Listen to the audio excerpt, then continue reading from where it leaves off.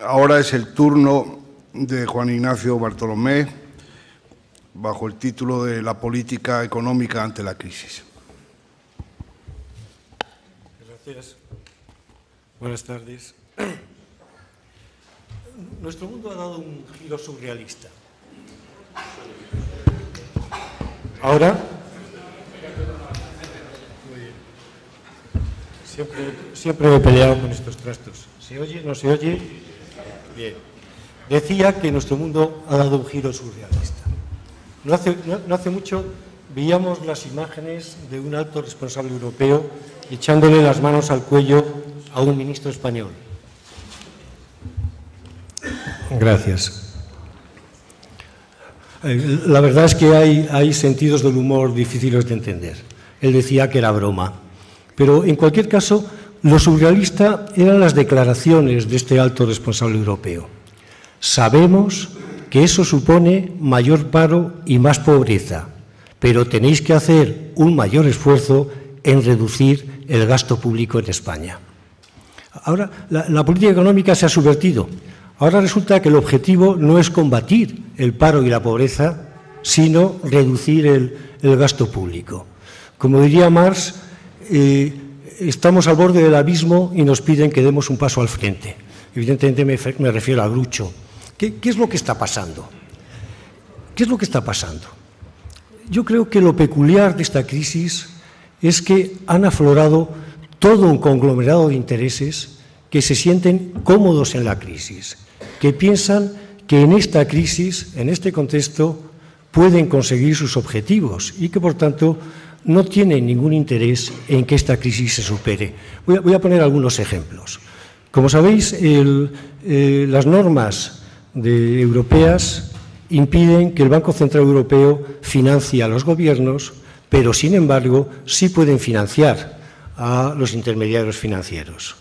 El resultado es que financian al 1 y pico % a los bancos y, en cambio, los gobiernos tienen que acudir a los mercados financieros, donde todo ese juego se sitúa en el 6, el 8, el 10, el 12%, los tipos de intereses.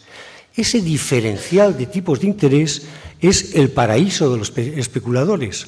Se están haciendo beneficios fabulosos jugando con este diferencial de interés.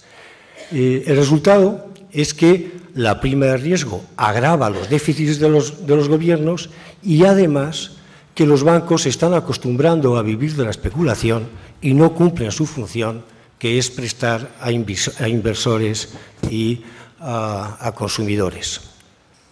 Lo que a nosotros, economistas frente a la crisis, nos resulta escandaloso es que haya economistas, colegas nuestros, que defienden estos procedimientos con el argumento de que los mercados financieros asignan correctamente, eficientemente, los recursos en el sistema productivo. Con lo que ha pasado y con lo que está pasando, decir esto trasciende el concepto de error y entra, yo creo, en el terreno de la estupidez. Pongo otro ejemplo. Siempre ha habido intereses en cambiar los equilibrios internos en las empresas, entre empresarios y trabajadores, y en reducir la fuerza de las centrales sindicales. Siempre he visto estos intereses. Un escenario del 25% de paro es el mejor escenario para poder hacerlo. Lo lógico es que, igual que los especuladores, estos intereses se sientan cómodos en la crisis, sientan que en un escenario como este pueden conseguir sus objetivos.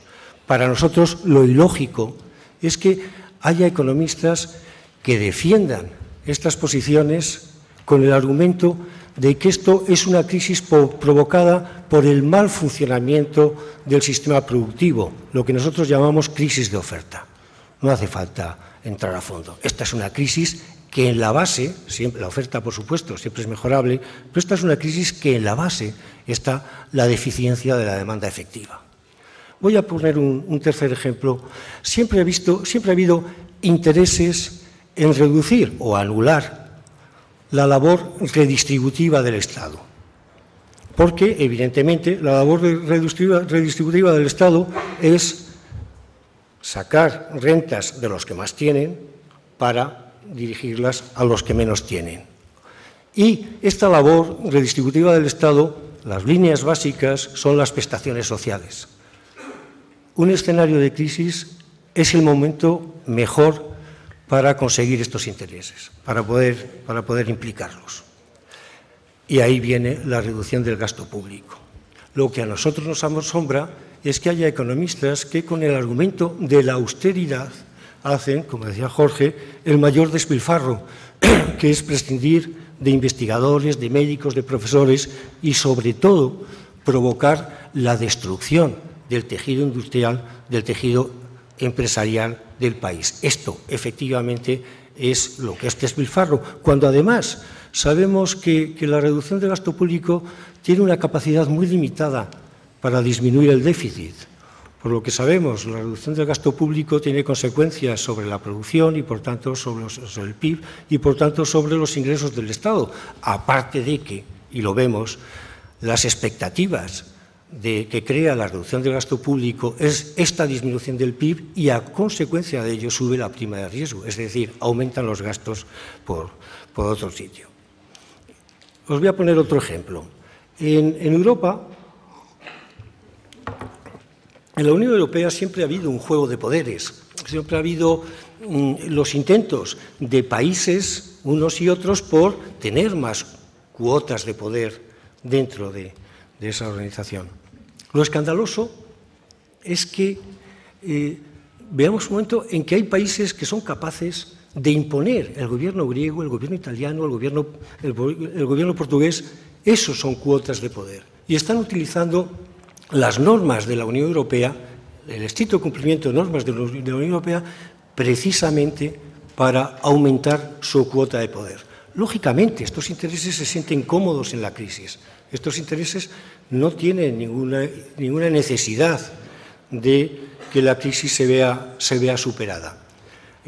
Obviamente, lo que a nosotros nos escandaliza también es que haya economistas españoles a favor de este tipo de medidas, a favor del mantenimiento de estas normas, en vez de decir hay que cambiarlas, a favor del mantenimiento de estas normas que nos sitúan a nosotros entre los países dependientes, entre los países que tienen menor poder dentro de la Unión Europea.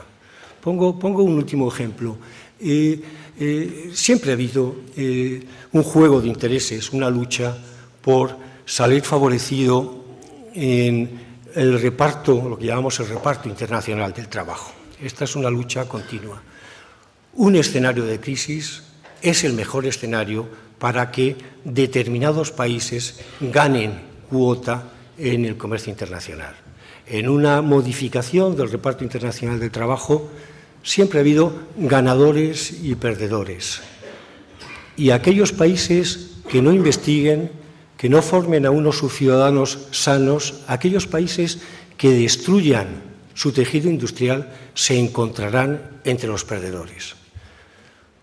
También nos escandaliza el que haya economistas que defiendan una serie de actuaciones que precisamente disminuyen la investigación, disminuyen la formación, disminuyen la sanidad, anulan el tejido industrial, que lo defiendan en este contexto sabiendo que eso supone ser de perdedores a futuros en la distribución internacional del trabajo, sabiendo que nos están hipotecando durante muchos años.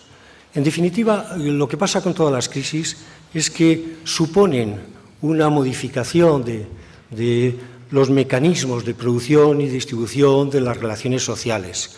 Una modificación tanto más profunda cuanto más profunda es la crisis.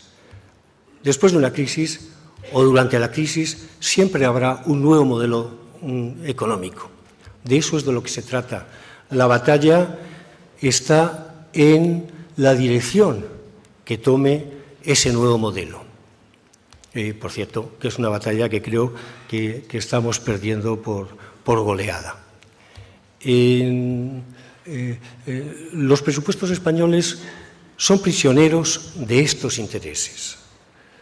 Por eso los presupuestos de las administraciones públicas españolas, por eso decimos que nos mantienen deliberadamente en situación de crisis. Esta es una crisis deliberada que durará el tiempo que les lleve a estos intereses conseguir sus objetivos. A menos que surjan intereses favorables a la superación de la crisis suficientemente potentes como para contrarrestar la actuación de estos intereses. Yo siempre me acuerdo de aquel pasaje de Lewis Carroll cuando Alicia se siente perdida y dice: es que no encuentro mi camino. Y le responde con severidad: ¿tu camino?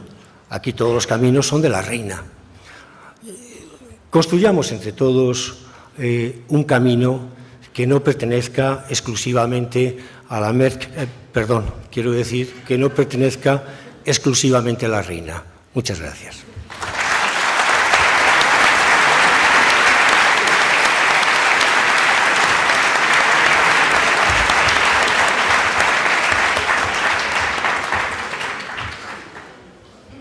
Muchas gracias, Juan Ignacio.